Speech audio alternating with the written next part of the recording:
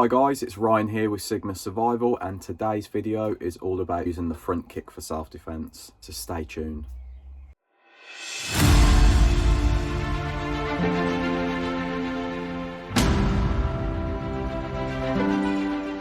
So the technique of today's video is going to be the front kick.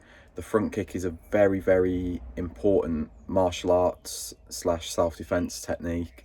It is a universal technique. It is present in various different martial arts styles and systems. Okay guys, so why would I choose the front kick as a technique, especially for the first self-defense video that I'm making, pretty much?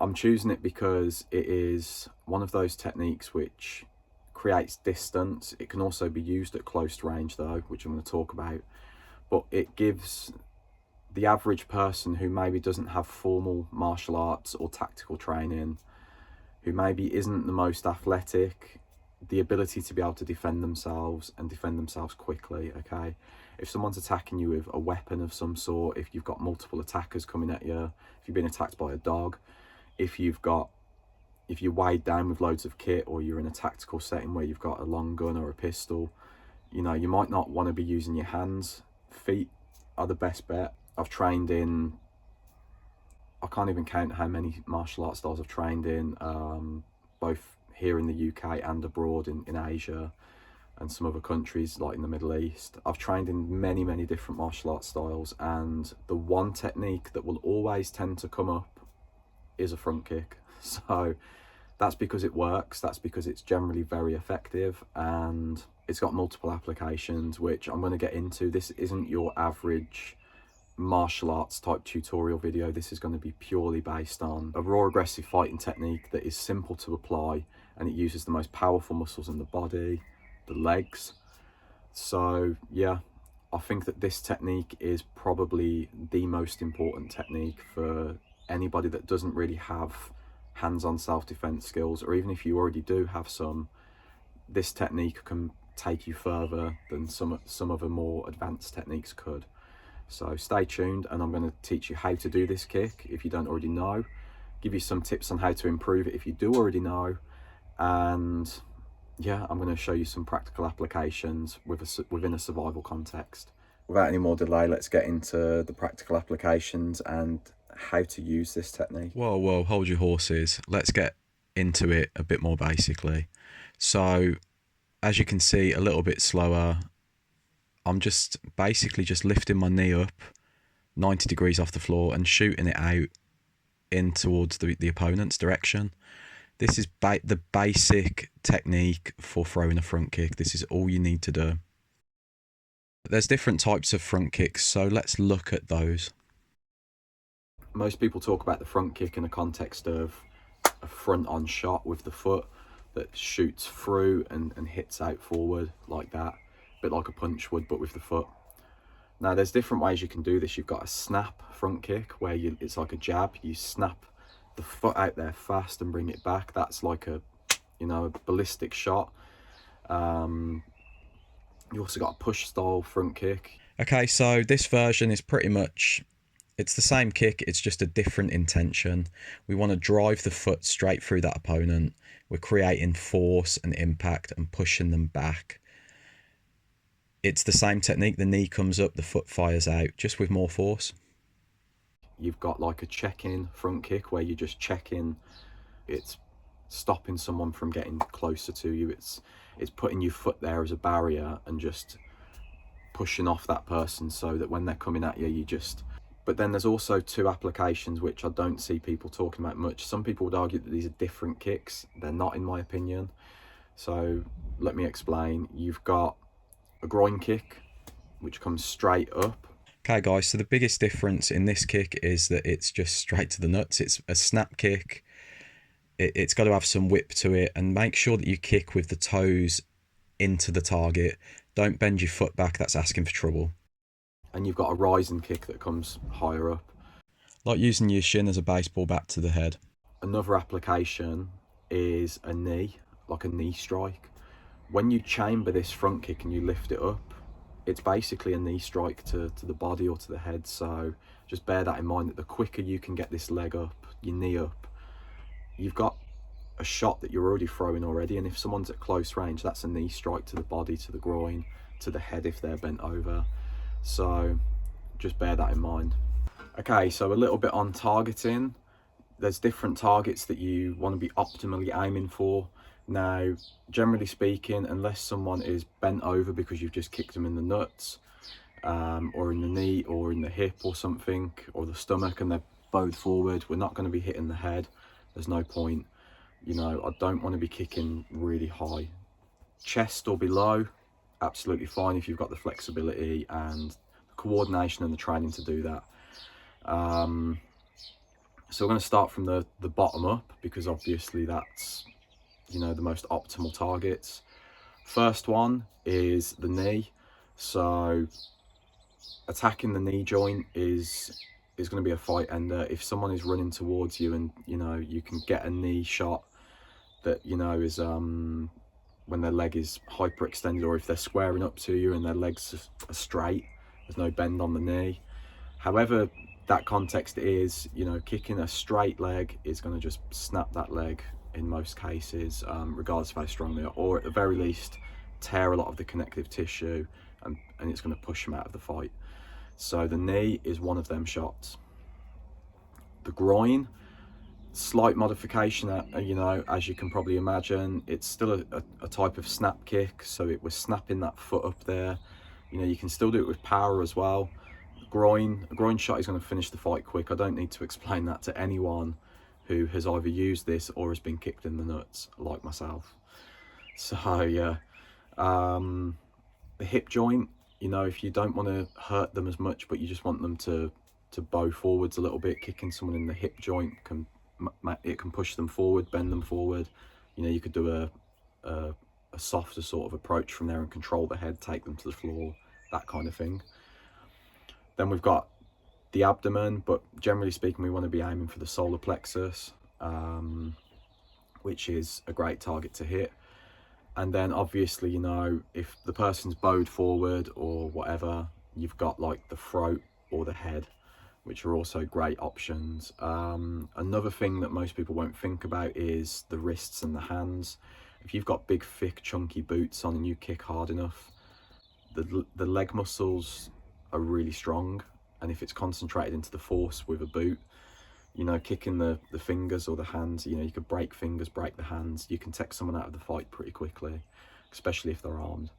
But just be aware that if they are armed with a knife or a sword or a machete, you kick, you know, that blade and you haven't got good footwear on, you know, you could be saying bye-bye to your big toe, or to, you know, you could sever an artery or something in your leg. So just be careful of that. So as you can see here, the groin kicks are very much a snappy whip-like kick. Like I said before, the toes are pointing up, and there, as you just seen there, I threw a shot with the arm first, you know, to soften them up. As you can see, I'm moving into different kicks, you know, kicking to the knees, kicking to the chest, the hips. You know, you've got to be really fluid with this. You know, don't just think that you can only kick one target. Here I'm kicking the hands. You know, when you're training for this, guys, you can really practice with both legs. And if you're practicing with the front leg, don't move the back leg first. Don't move anything first. Just fire that leg up. It's very difficult to do because we like to cock the leg first, a bit like we're cocking a gun, and, you know, then fire it off because we think it's going to be more powerful. But generally speaking, we want it to be snappy and whip-like, as you can see. Throwing the hands as well, you know, don't just concentrate on the feet, you know, mix the legs in as well. As you can see at close range also, knee strikes, the technique is pretty much the same. Now, you know, if you grab the head in a clinch type manner, you can utilize clinch techniques where we're grabbing the head for control. But generally speaking, as you can see, there's multiple applications for this. And as you can see, you know, there can be a lot of power drawn from these techniques, or they can be snappy and direct with precision to a target like the groin or the throat or the solar plexus. So yeah, just a bit of an in-depth analysis on it really. Another thing from a training perspective that could help with this, a little bit off topic from what you're seeing currently, would be to do things like heavy squats with a barbell. Plyometric movements are even better than that though. So, you know, depth jumps, box jumps, jumping split squats and things like of that nature. You know, they're really going to make the kick better. Another training method here that you can see is just kicking the tree. This is what you would utilise for checking the kicks. As you can see, my hands are up by my head, protecting the head. Elbows are tucked towards the ribs, and I'm just firing the kicks up at a dead tree. What context does this have for application? We've got general everyday self-defense.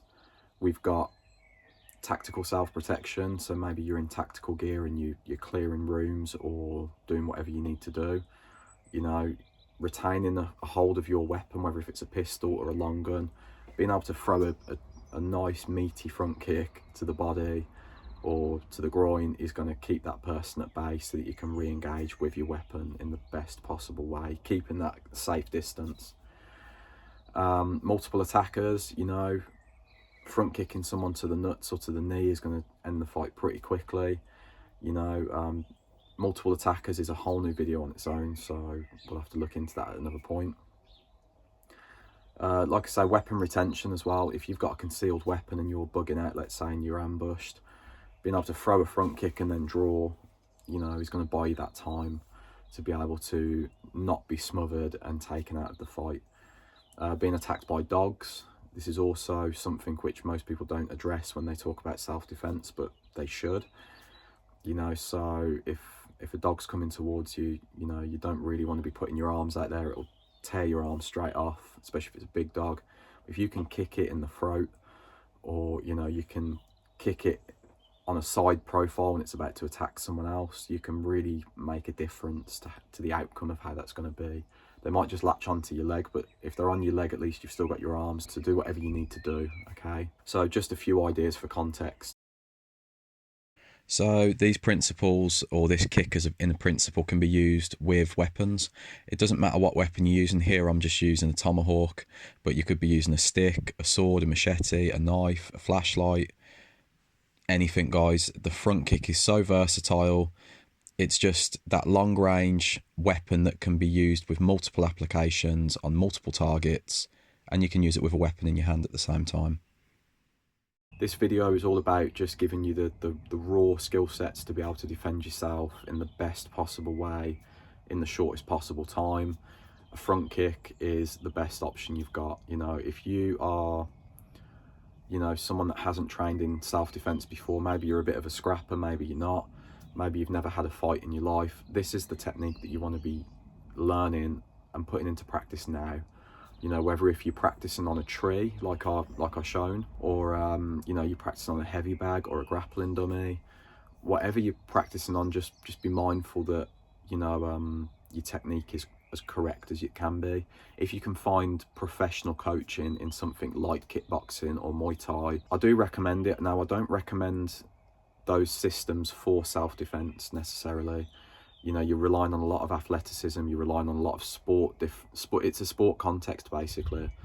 You know, whilst the techniques can be good, you know, the street and real life combat is very, very different to how a sporting context plays out. So something like Krav Maga is good, but you also need to learn to fight as well. So learning something like boxing and, you know, perfecting the front kick, it is really good for self-defense. Now, the reason why I don't tell people to learn advanced sort of technical kicking, you know, and this goes against what my own training has led me to over the years, is because it's too risky in the street. If I throw a roundhouse kick, right, my shin is connecting with someone's body or someone's equipment. If someone's got a plate carrier on and I hit the side of that plate carrier, I'm going to bust my shin in half. If I kick someone in the shin in the wrong way, I'm going to bust my shin in half. I don't need to be breaking my leg in a real life situation. I don't need to be jacking my leg up, you know, for the longer term. Like, I've trained in Thailand, I've done Muay Thai, I've done MMA, I've competed in various different martial arts sports, and getting kicked in the shin or kicking someone with your shin, or worse yet, your foot, and it going wrong is the worst possible thing that can happen, especially in a survival situation, because you need to be able to move and be mobile. With a front kick, generally speaking, most of us are going to be wearing boots. Your foot is way more protected.